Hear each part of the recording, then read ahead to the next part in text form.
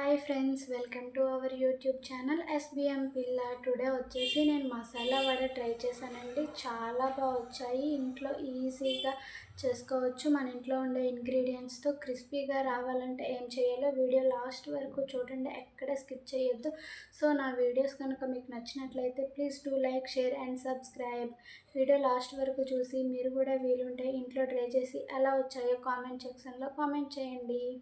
నేను మసాలా వడలు ట్రై చేశాను. చాలా బాగా వచ్చాయి. ఇలా సింపుల్గా ఇంట్లో ఉండే ఇంగ్రీడియంట్స్తో చేసుకోండి. మసాలా వడలు అయితే చాలా టేస్ట్ అండ్ క్రిస్పీగా వస్తాయి. ముందుగా ఒక కప్పు శనగపప్పు తీసుకొని 2-3 అవర్స్ మంచిగా నానబెట్టుకోవాలి. నానబెట్టుకున్న పప్పు మంచిగా క్లీన్ చేసి గుప్పెడు పప్పు పక్కకు తీసుకొని మిగిలిన పప్పు కొంచెం బరకగా గ్రైండ్ చేసుకోండి. బరకగా గ్రైండ్ చేసి ముందు పప్పు ఈ పప్పు కొంచెం బాగా మిక్స్ చేసుకోండి. మిక్స్ చేసుకున్న తర్వాత అందులోకి తగినంత ఆనియన్స్, పచ్చిమిర్చి, మీరు కారం వేయరు కాబట్టి మీకు కారంకి తగినంత పచ్చిమిర్చి వేసి అందులో కొంచెం సాల్ట్, గరం మసాలా, జీలకర్ర వేసి నేనైతే కొంచెం పసుపు యాడ్ చేశాను. సో ఇంకా అవన్నీ బాగా మిక్స్ అయ్యేటట్లు కలపండి. ఇంకా వాటర్ ఏమి యాడ్ చేయవసరం లేదు. ఇంకా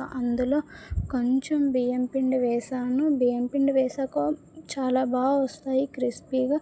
సో మీకు ఇంకా వాటర్ ఏమైనా యాడ్ చేయాలి, గట్టిగా ఉంది అనుకుంటే ఇంకా వాటర్ యాడ్ చేయాల్సి వస్తుంది. సో ఇంకా బాగా మిక్స్ చేస్తే వాటర్ కూడా యాడ్ చేయవసరం లేదు. సో ఇంకా అలా బాగా మిక్స్ చేసుకొని వడకు సరిపడే అంత ముద్దను తీసుకొని ఇంకా రౌండ్గా అలా షేప్ చేసుకున్నాను.